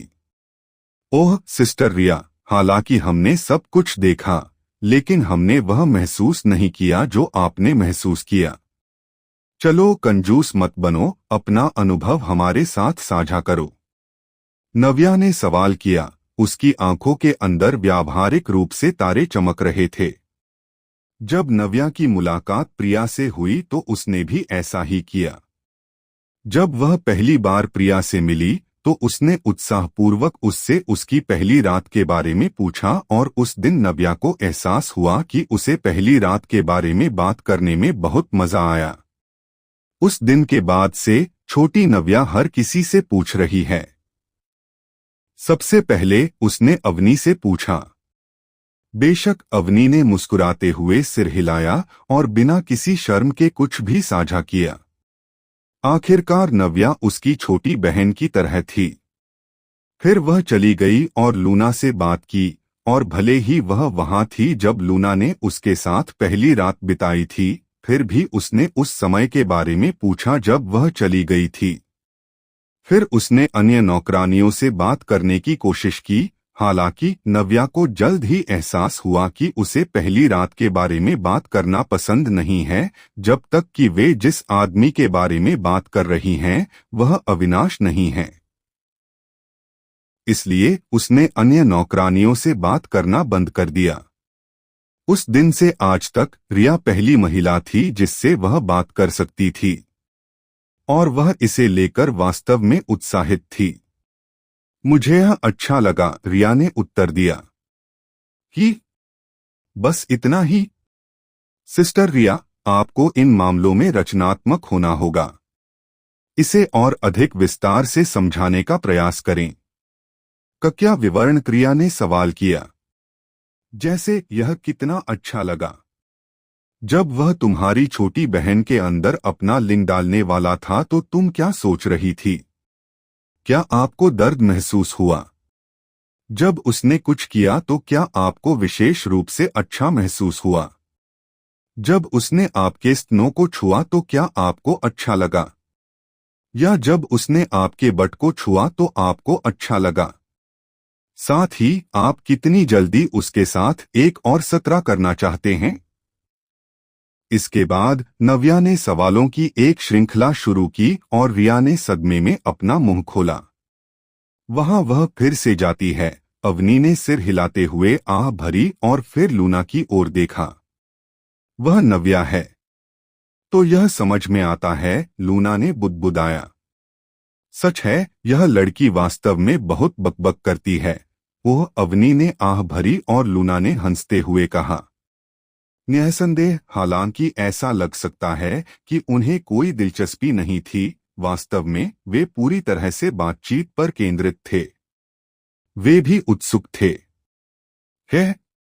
देखो उसका चेहरा कितना लाल है, अवनी हंसी। यह समझ में आता है। आपकी पहली रात के ठीक बाद इस तरह से पूछे जाने पर कोई भी शर्मा जाएगा। सच है, नव्या के सवालों का जवाब देने के लिए उस आनंदमय रात को याद रखना होगा, अवनी हंसा। वास्तव में, लूना ने सिर हिलाया। जैसा कि उसे पिछली रात याद थी, रिया का चेहरा लाल हो गया था। वह अपनी पिछली रात के बारे में बात करने में वास्तव में शर्मिंदा थी। हालांकि उन तारों भरी आंखों को देखकर रिया नव्या को अस्वीकार करने में असमर्थ थी। एक एक करके वह बात करने लगी और नव्या द्वारा पूछे गए हर सवाल का जवाब देने लगी। कि कान, यह उससे अलग है जो मैंने सोचा था। ईमानदारी से कहूं तो मुझे अच्छा लगता है जब वह मेरे बट को मसलता है। बेशक इसका मतलब यह नहीं है कि जब वह मेरे स्तनों को छूता है तो मुझे अच्छा नहीं लगता, यह अच्छा भी लगता है। स्तनों के बारे में बात करते हुए मैंने एक मालिश सीखी जो आपके आकार को बढ़ाने में मदद कर सकती है। क्या आप इसे आजमाना चाहेंगे? नव्या ने सवाल किया। हालांकि रिया चुप रही और नव्या की ओर देखती रही। क्या? आपकी ओर से यह बहुत आश्वस्त करने वाला नहीं लगता, रिया ने उत्तर दिया। आप मुझे क्या कहते हैं? हालांकि जल्द ही नव्या को एहसास हुआ कि रिया किस बारे में बात कर रही थी। पफट दृश्य को काफी हास्यप्रद पाते हुए अवनी जोर से हंसे। नव्या ने मुड़कर अवनी के हंसते हुए चेहरे की ओर देखा, फिर वह लूना की ओर मुड़ी और उसके चेहरे पर भी मुस्कान देखी। वह समझ गई कि सिस्टर लूना भी अपनी हंसी छिपाने की कोशिश कर रही थी। तुम मतलबी हो, उसने रिया की ओर इशारा किया और उसे दोषी ठहराया। मैं केवल आपकी मदद करने की कोशिश कर रहा था क्योंकि आपका बच्चा छोटा था। रिया का चेहरा तमतमा गया। मेरा तुमसे बड़ा है, उसने जवाब दिया। नहीं, मेरे तो बड़े हैं। हम जो चाहो सपना देखो। नव्या फिर अवनी की ओर मुड़ी और सवाल किया। सिस्टर अवनी, आप हमें बताएं, किसके स्तन बड़े हैं, मेरे या सिस्टर रिया? क्या इससे भी कोई फर्क पड़ता है? अचानक अविनाश ने सवाल किया। हम। नव्या ने असमंजस में अपना सिर झुका लिया। रिया भी इस बात का इंतजार कर रही थी कि अवनी क्या कहने वाला है। क्यों प्रतिस्पर्धा करें? क्या इससे कोई फर्क पड़ता है कि आप दोनों में किसके स्तन बड़े हैं? आखिरकार आप दोनों के स्तन छोटे होंगे। मैं इस पर विश्वास नहीं करता। चलो फिर से बहस करें। तीन गुस्से में उठे और अपनी लकड़ी की तलवार अविनाश पर तान दी। उसके चेहरे पर चोट के निशानों से ऐसा लग रहा था कि उसे आज की लड़ाई का आनंद नहीं मिला। नहीं, हम अब और नहीं बख्शेंगे। मुझे बहुत कुछ करना है। हालांकि अविनाश ने अपना सिर हिला दिया। क्या मेरा यह मानना सही है कि आप डरे हुए हैं? अगर ऐसा है तो मैं आपके लिए पीछे हट सकता हूं। थ्री ने मुस्कुराते हुए अविनाश पर रिवर्स मनोविज्ञान का उपयोग करने की कोशिश की और उम्मीद की कि वह उससे लड़ने के लिए तैयार हो जाएगा। है, यह मुझ पर काम नहीं करेगा, अविनाश ने मुस्कुराते हुए कहा। टस्क टस्क, तीन ने सूंघा। तीन, यही काफी है, अपनी हार स्वीकार करना सीखो, दो बुदबुदाए। उसके चेहरे पर भी चोट के निशान थे, हालांकि वह थ्री की तुलना में अधिक शांत लग रहा था। दो, आप इसे इतनी आसानी से कैसे स्वीकार कर सकते हैं? हालांकि कल हमारे साथ मिस वन थी और उसे हराना आसान था। मुझे नहीं लगता कि हम दोनों के एक साथ काम करने से हम उसे नहीं हरा सकते हैं। वह केवल एक मास्टर स्टेज कल्टीवेटर है। हम ग्रैंड मास्टर स्टेज कल्टीवेटर हैं। हम इतनी आसानी से कैसे हार सकते हैं? तीनों ने जोर से सवाल किया। दो चुप रहे। दरअसल उन्हें ये थोड़ा असामान्य भी लगा। कल हालांकि अविनाश तीन ग्रैंड मास्टर स्टेज कल्टीवेटर्स के खिलाफ लड़ने में सक्षम था, ऐसा केवल इसलिए था क्योंकि वे पीछे हट रहे थे। आज हालांकि उनके पास रिया नहीं थी, फिर भी वे उसे एक अच्छी लड़ाई दे सकते थे और यहाँ तक कि उसे हरा भी सकते थे। हालांकि परिणाम उनकी अपेक्षा से बहुत भिन्न थे। वे हार गए। और हालांकि यह कोई करारी हार नहीं थी, फिर भी यह बहुत कठिन और चुनौतीपूर्ण लड़ाई भी नहीं थी। वह समझ नहीं सका कि यह कैसे हुआ। क्या उसने एक ही दिन में इतना सुधार कर लिया? यह कैसी प्रगति है? जब उसने चेहरे पर झुर्रियां डालते हुए अविनाश की ओर देखा तो दो लोगों ने अंदर ही अंदर सवाल किया। अविनाश ने उसकी अभिव्यक्ति पर ध्यान दिया और वह जो सोच रहा था उसका काफी हद तक अनुमान लगा सका। हालांकि अंत में ये दोनों सिर्फ गुलाम थे, उसे उन्हें कुछ भी बताने की जरूरत नहीं थी। ठीक है, यह काफी होगा। हम कल झगड़ा करेंगे, मुझे कुछ काम करने हैं। तुम दोनों वापस आ सकते हो, अविनाश ने आदेश दिया। इस बार उसकी लय चंचल नहीं थी और थ्री ने अंतर समझ लिया। इसलिए निराश होने के बावजूद वह मुड़ी और चली गई। दो झुके और तीन के पीछे भी चले। फिर अविनाश ने अपना शरीर थोड़ा फैलाया और जैसे ही वह लौटने वाला था, उसे एक आवाज सुनाई दी। मास्टर अविनाश। अविनाश ने ध्वनि के स्रोत की ओर रुख किया और विक्रांत को अपनी ओर दौड़ते हुए देखा। हम। क्या हुआ? अविनाश ने प्रश्न किया। मास्टर अविनाश यहाँ। मुझे लगा कि यह थोड़ा महत्वपूर्ण है, इसलिए मुझे इसे आपके साथ साझा करना चाहिए, विक्रांत ने अविनाश को एक लिफाफा देते हुए बुदबुदाया। अविनाश ने अपनी भौहें सिकोड़ लीं, उसने लिफाफा उठाया। उसने देखा कि किनारे पर एक छोटा सा लाल निशान था, हालांकि उसने इसे नजरअंदाज कर दिया और लिफाफा खोल दिया। फिर उसने उसके अंदर का पत्र निकाला और पढ़ना शुरू कर दिया। मेरे एकमात्र प्यार के लिए विक्रांत। चिड़िया आज बाहर नहीं उड़ी, शायद वह अपने प्रेमी से मिलना नहीं चाहती थी। क्या उन्होंने लड़ाई की? क्या चिड़िया उदास महसूस कर रही थी? पक्षी के प्रेमी के बारे में क्या? क्या वह दुखी था? मैं नहीं जानता। हालांकि मैं जो जानता हूं वह यह है कि जब से मैं आपसे इतने लंबे समय से नहीं मिला हूं, मेरा दिल टूट गया है। मैं बस पक्षी को देखता रहता हूं, उस दिन के सपने देखता रहता हूं जब आप और पक्षी मिलेंगे। क्या आप वह पक्षी चाहेंगे? क्या आप चाहेंगे कि यह कैसे चहचहाता है? क्या आप उसकी आवाज पसंद करेंगे? या क्या तुम मुझे और अधिक पसंद करोगे? मुझे उम्मीद है कि आप जल्द ही पक्षी को बाहर पाएंगे, क्योंकि अगर वह अपने छोटे पिंजरे में रहेगा तो मेरा दिल टूट जाएगा। निःसंदेह तुम मुझे इस तरह देखकर सहन नहीं कर पाओगे, इससे तुम्हें भी दुख होगा। और जब मैं यह सोचता हूं कि तुम मेरी चिंता के कारण कष्ट में हो तो मेरा हृदय कांप उठता है। इस प्रकार मुझे आशा है कि आप पक्षी को जल्द ही ढूंढ लेंगे। मुझे उम्मीद है कि आप उसे जल्द ही ढूंढ लेंगे। पूरा पत्र पढ़ने के बाद अविनाश ने अपने चेहरे पर मृत भाव से विक्रांत की ओर देखा। यह किस तरह का घटिया पत्र था? क्या लेखक नशे में था? और आप उस शापित चीज को मेरे साथ क्यों साझा कर रहे हैं? अविनाश ने प्रश्न किया। विक्रांत ने घबराते हुए कहा, मास्टर अविनाश, इतनी जल्दी किसी निष्कर्ष पर न पहुंचें, कृपया प्रेषक का नाम पढ़े। अविनाश ने भौहें चढ़ा दी। हालांकि उसने विक्रांत के कहे अनुसार किया और प्रेषक का नाम पढ़ा। संगीता। अविनाश ने फिर अपनी आंखें सिकोड़ लीं। उसने यह नाम पहले भी सुना था।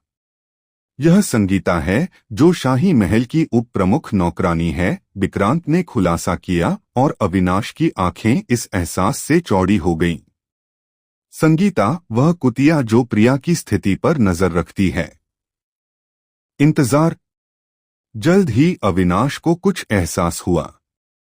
यह कोई प्रेम पत्र नहीं है, मास्टर अविनाश। वह जिस पक्षी की बात कर रही है उसका नाम मिस प्रिया है। वह कह रही है कि मिस प्रिया आज नहीं गई, हो सकता है उसका अपने प्रेमी यानी तुमसे कुछ झगड़ा हो गया हो। वह चिंतित है कि प्रिया महल नहीं छोड़ेगी और वह चाहती है कि मैं जल्द से जल्द उससे निपट लूं। एहसास में अविनाश की आंखें चौड़ी हो गईं। वह डॉट किसी तरह समझ में आता है। वह तुम्हें यह क्यों भेज रही है? अविनाश ने प्रश्न किया। ठीक है, हमने एक सौदा किया है। मैं मिस प्रिया को मार डालूंगी। जाहिर है चूंकि वह सबहेड नौकरानी है, वह नई मुख्य नौकरानी बन जाएगी, फिर वह मुझे रॉयल हरम के करीब जाने देगी, विक्रांत ने उत्तर दिया। हालांकि उसके पैर जिस तरह से कांप रहे थे, कोई भी बता सकता था कि वह डरा हुआ था। हालांकि अविनाश को कोई परवाह नहीं थी, विक्रांत को पहले ही वह मिल चुका है जिसका वह हकदार था। इसके अलावा अविनाश के दिमाग में अभी एक और भी महत्वपूर्ण सवाल है। आप शाही हरम के करीब क्यों जाना चाहते हैं? क्योंकि स्केडी के साम्राज्य ने मुझे ऐसा करने का आदेश दिया था। हम राज्य शाही हरम से क्या चाहता है? अविनाश ने प्रश्न किया। पहले उन्हें विश्व राजनीति में कोई दिलचस्पी नहीं थी, हालांकि अब चीजें अलग थीं। साथ ही इसका सीधा असर कियारा और प्रिया पर पड़ा। अविनाश को कुछ करना पड़ा, कम से कम उसे पता होना चाहिए कि क्या हो रहा है। मुझे नहीं पता कि राज्य शाही हरम से क्या चाहता है, हालांकि मेरे मन में एक सिद्धांत है। विक्रांत ने कहा, मुझे नहीं पता कि राज्य रॉयल हरम के साथ क्या चाहता है, हालांकि मेरे दिमाग में एक सिद्धांत है। अविनाश ने चौंकते हुए पूछा, आपका सिद्धांत क्या है? वह अंदर ही अंदर सोच रहा था, वह कुछ सोच सकता है क्या? मुझे यह क्यों नहीं पता था? विक्रांत ने गहरी सांस ली और फिर समझाने लगा, स्काईफॉल साम्राज्य इस समय एक बहुत ही कठिन दौर से गुजर रहा है, मास्टर अविनाश। हो, लेकिन मैंने सुना है कि यह 3 राज्यों में सबसे मजबूत था। क्या यह सच नहीं है? अविनाश ने माथे पर हल्की सी शिकन डालते हुए सवाल किया। वह समझ नहीं पा रहा था कि विक्रांत क्या कहने की कोशिश कर रहा था। यह वैसा ही है जैसा आप कहते हैं, मास्टर अविनाश। हालांकि स्काईफॉल किंगडम अभी एक महत्वपूर्ण समय से गुजर रहा है, विक्रांत ने जवाब दिया। उसकी आवाज में गंभीरता थी। महत्वपूर्ण समय? अविनाश ने पूछा, इस बार एक कदम और गहरे में उतरते हुए। हाँ, 20 साल बाद राजा अपना सिंहासन छोड़ने वाला है और उसका कोई उत्तराधिकारी अगला राजा बनेगा।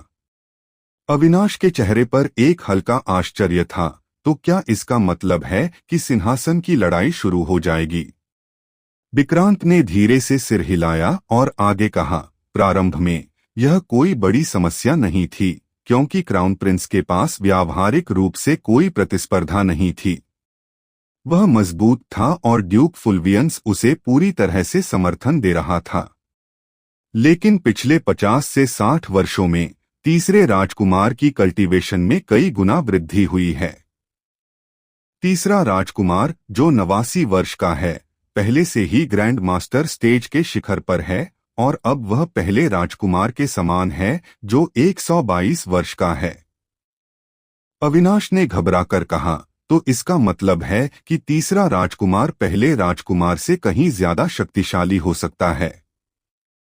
बिल्कुल, विक्रांत ने कहा, और यही मुख्य कारण है कि तीसरे राजकुमार को समर्थन मिलने लगा। ड्यूक मेरुला, जो तीसरे राजकुमार का समर्थन कर रहे थे, इस स्थिति का फायदा उठाने में सफल हो गए और अन्य रईसों से भी समर्थन प्राप्त करना शुरू कर दिया। अगर तीसरा राजकुमार पहले राजकुमार जितना ही मजबूत है, भले ही वह 33 साल छोटा है, तो क्या इसका मतलब यह नहीं है कि तीसरे राजकुमार की क्षमता पहले राजकुमार से कहीं अधिक है? विक्रांत ने बात को स्पष्ट किया। लोगों का मानना है कि अगर तीसरे राजकुमार के तहत राज्य होगा तो उसका विकास अभूतपूर्व होगा। यही कारण था कि कई रईसों ने उनका समर्थन करना शुरू कर दिया। इसने चिंगारी को हवा दी, लेकिन यह कोई विद्रोह नहीं था, बल्कि एक अपील थी, तीसरे राजकुमार लोविस स्काईफॉल को युवराज बनाने की। हालांकि अपील खारिज कर दी गई, विक्रांत ने थोड़ी सी नाराजगी के साथ कहा, लेकिन फिर उसे शांत किया। इसने स्थिति को और भी जटिल बना दिया। लेकिन सब कुछ व्यर्थ नहीं था। विक्रांत ने अपनी बात जारी रखते हुए कहा, प्रथम राजकुमार रागुएल स्काईफॉल ने क्राउन प्रिंस का खिताब खो दिया। यह एक चौंकाने वाली घटना थी और इसने आग में घी डालने का काम किया। विक्रांत ने एक ठंडी मुस्कान के साथ कहा, जो अविनाश को कुछ विचित्र लगा। चूंकि क्राउन प्रिंस का पद अब खाली था, चौथे राजकुमार इवांडर स्काईफॉल, जिन्हें ड्यूक सेंथो का समर्थन था, भी इसमें शामिल हो गए। तो अब यह स्थिति और भी जटिल हो गई है, विक्रांत ने आगे समझाया, क्योंकि 3 प्रमुख राजकुमार एक दूसरे के खिलाफ लड़ रहे हैं और उनके पीछे एक एक ड्यूक खड़े हैं। यह वही समय है जब अधिकांश साम्राज्य टूट जाते हैं, मास्टर अविनाश। विक्रांत ने गहरी सांस ली। स्काईफॉल साम्राज्य के अंदर की राजनीति अब नए रूप में सामने आ रही है, जहां 3 प्रमुख राजकुमार एक दूसरे के खिलाफ संघर्ष कर रहे हैं। यह ठीक वही वक्त है जब साम्राज्य अपने पतन की ओर बढ़ता है। और अब सवाल यह है कि स्केडी साम्राज्य रॉयल हरम में दिलचस्पी क्यों दिखा रहा है? विक्रांत ने अपनी शंका व्यक्त की। मुझे यकीन है कि उनका उद्देश्य पर्दे के पीछे से किसी राजकुमार का समर्थन करना है। मेरे ख्याल से उनका लक्ष्य 5वें राजकुमार लुकास स्काईफॉल होना चाहिए। विक्रांत ने एक गहरी नजर से कहा, वह न तो किसी प्रमुख रईस से समर्थन पाता है और न ही उसकी कोई शक्तिशाली पृष्ठभूमि है।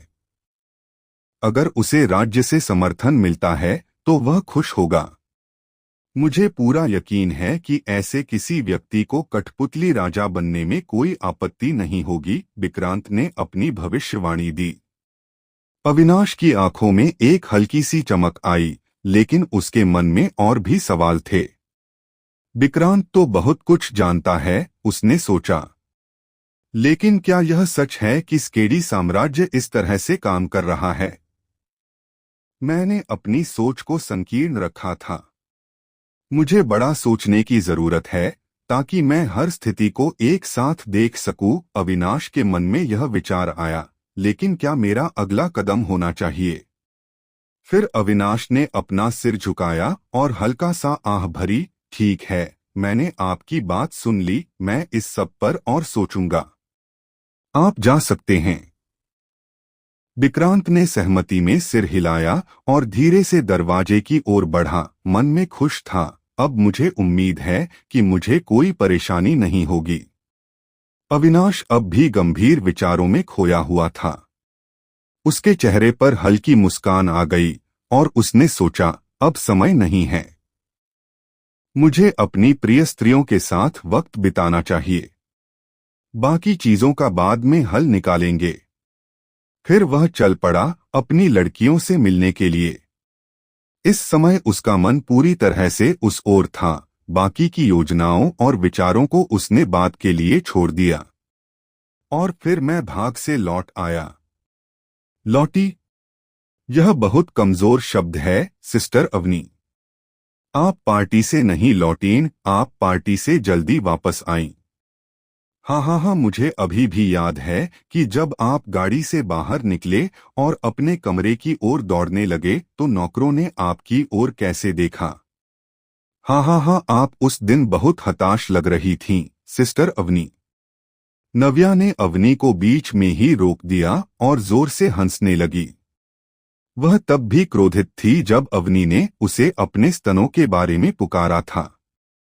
है, वह अब अपना बदला लेगी। रिया द्वारा अपनी कहानी साझा करने के बाद अन्य लड़कियों ने भी अपनी कहानी साझा करना शुरू कर दिया। बेशक नव्या, लूना और अवनी पहले से ही एक दूसरे की कहानियां जानते थे, हालांकि उन्होंने फिर भी उन्हें साझा किया। एक आनंददायक विषय कभी भी आनंददायक नहीं होता, इससे कोई फर्क नहीं पड़ता कि आप इसे कितनी बार दोहराते हैं। पफ, अवनी की ओर देखते ही रिया हंस पड़ी। लूना, जो समूह में सबसे शर्मीली थी, ने कुछ नहीं कहा, लेकिन वह मुस्कुरा भी रही थी। सिस्टर रिया, आपको जानना होगा, उस समय लेडी अवनी अभी भी नश्वर थी। हालांकि वह उस दिन इतनी हताश थी कि वह दौड़ी और वह इतनी तेज दौड़ी कि हम, जो एडवांस स्टेज कल्टीवेटर थे, को पकड़ने में कठिनाई हो रही थी उसे। नव्या और भी अधिक हंसी। क्या इसका मतलब यह नहीं है कि आप दोनों बेकार थे क्योंकि आप मेरे जैसे नश्वर व्यक्ति को पकड़ने में असमर्थ थे? अवनी ने प्रश्न किया। ओह चलो सिस्टर अवनी, आप जानती हैं कि मेरा मतलब यह नहीं है कि शाब्दिक रूप से हम आसानी से आपको पकड़ सकते थे क्योंकि आप एक नश्वर थीं। मैं यह बताने की कोशिश कर रहा था कि आप इतने हताश थे कि आपको अपनी छवि की परवाह नहीं थी और आप नक्श से मिलने के लिए अपने कमरे की ओर भागे। हे, मुझे यह भी याद है कि कैसे तुमने उसे देखते ही बंदर की तरह गले लगा लिया था। हालांकि नव्या पीछे नहीं हटी और उसने और भी चिढ़ाया। लूना, जो नव्या के ठीक बगल में बैठी थी, ने सहमति में सिर हिलाया। अवनी का चेहरा झुंझलाहट से घूम गया और उसने उत्तर दिया, तो क्या हुआ अगर मैं हताश था? मैं किसी ऐसे व्यक्ति के लिए बेचैन था जो मेरा था। सख्त कम से कम मैं इतना बेशर्म नहीं था कि एक जोड़े को आपस में मिलाते हुए देख सकूं। अवनी फिर रुक गया।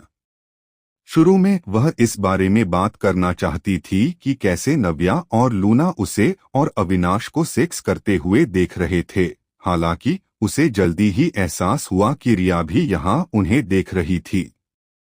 यदि वह पीक शब्द का उपयोग करती है तो रिया, नव्या और लूना को एक ही श्रेणी में वर्गीकृत किया जाएगा और यह उसके लिए नुकसानदेह होगा क्योंकि वह उनका लक्ष्य बन जाएगी।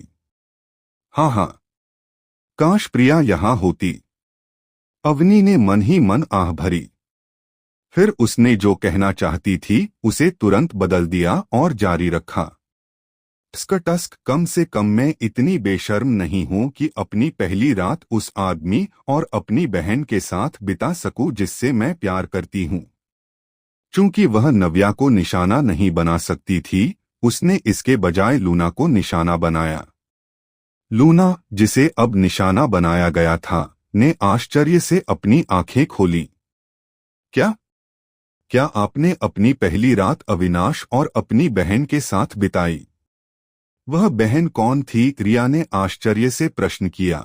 उसे उम्मीद नहीं थी कि यह गंभीर दिखने वाली लड़की ऐसी होगी। विकृत।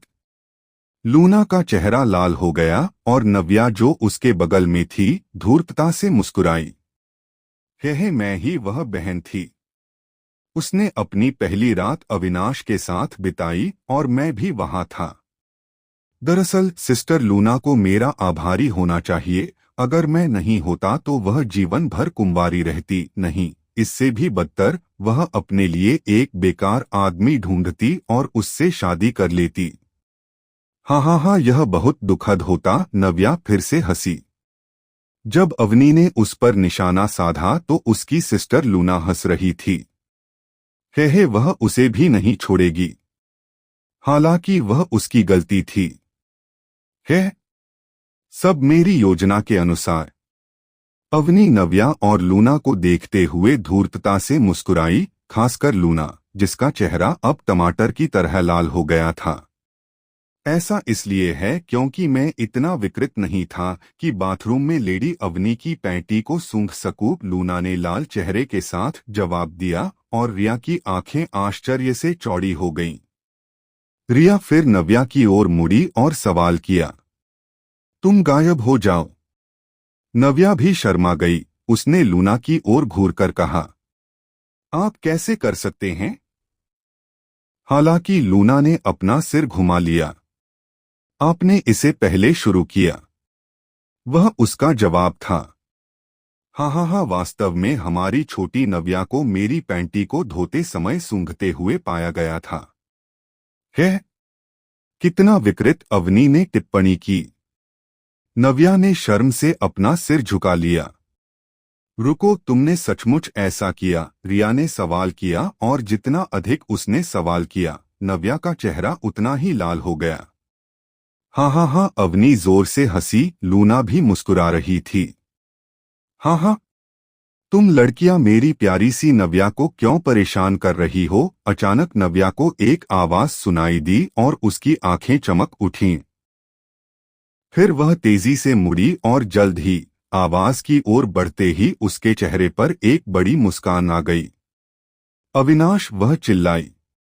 अविनाश ने उसके पतले शरीर को धीरे से गले लगाया और उसके सिर को थपथपाया।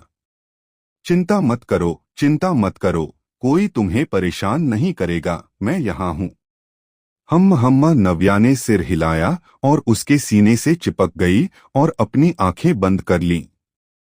टस्क, आप देर से आए हैं, इसलिए आपको नहीं पता कि क्या हुआ। हम उसे धमका नहीं रहे थे, बल्कि वह छोटा राक्षस ही था जो हमें धमका रहा था। हम बस उसके पास वापस आ रहे थे, अवनी ने जवाब दिया। लूना ने सिर हिलाया और हालांकि रिया ने सिर नहीं हिलाया, लेकिन अब वह जानती थी कि नव्या उतनी मासूम नहीं थी जितनी वह दिखती थी। सिस्टर अवनी ने कहा कि मेरे स्तन न छोटे हैं, नव्या ने शिकायत की। अविनाश ने भौहें चढ़ा लीं, फिर उसने अपना हाथ नव्या के दाहिने स्तन की ओर बढ़ाया और उसे धीरे से मसलना शुरू कर दिया। वे कैसे छोटे हैं? क्या उनका आकार सही नहीं है? उसने असमंजस में प्रश्न किया। हाँ, वे आपके हाथ में बिल्कुल फिट बैठते हैं, वे एकदम सही हैं, नव्या ने बुदबुदाया और अविनाश ने सहमति में सिर हिलाया। यह सिस्टर अवनी और सिस्टर लूना हैं, जिनके स्तन अनावश्यक रूप से बड़े हैं, नव्या ने जारी रखा। हालांकि इस बार अविनाश ने सिर हिलाया नहीं। उनकी मृत्यु की कोई इच्छा नहीं थी। ओह! नव्या की बात सुनकर अवनी के चेहरे पर एक छोटी सी धूर्त मुस्कान आ गई। कहो। मेरी प्यारी अविनाश, अवनी ने फोन किया। हाँ, यह क्या है मेरे प्रिय अवनी? आपको किस प्रकार के स्तन पसंद हैं? वे जो आपके हाथ पर बिल्कुल फिट बैठते हैं या वे जो अनावश्यक रूप से बड़े हैं?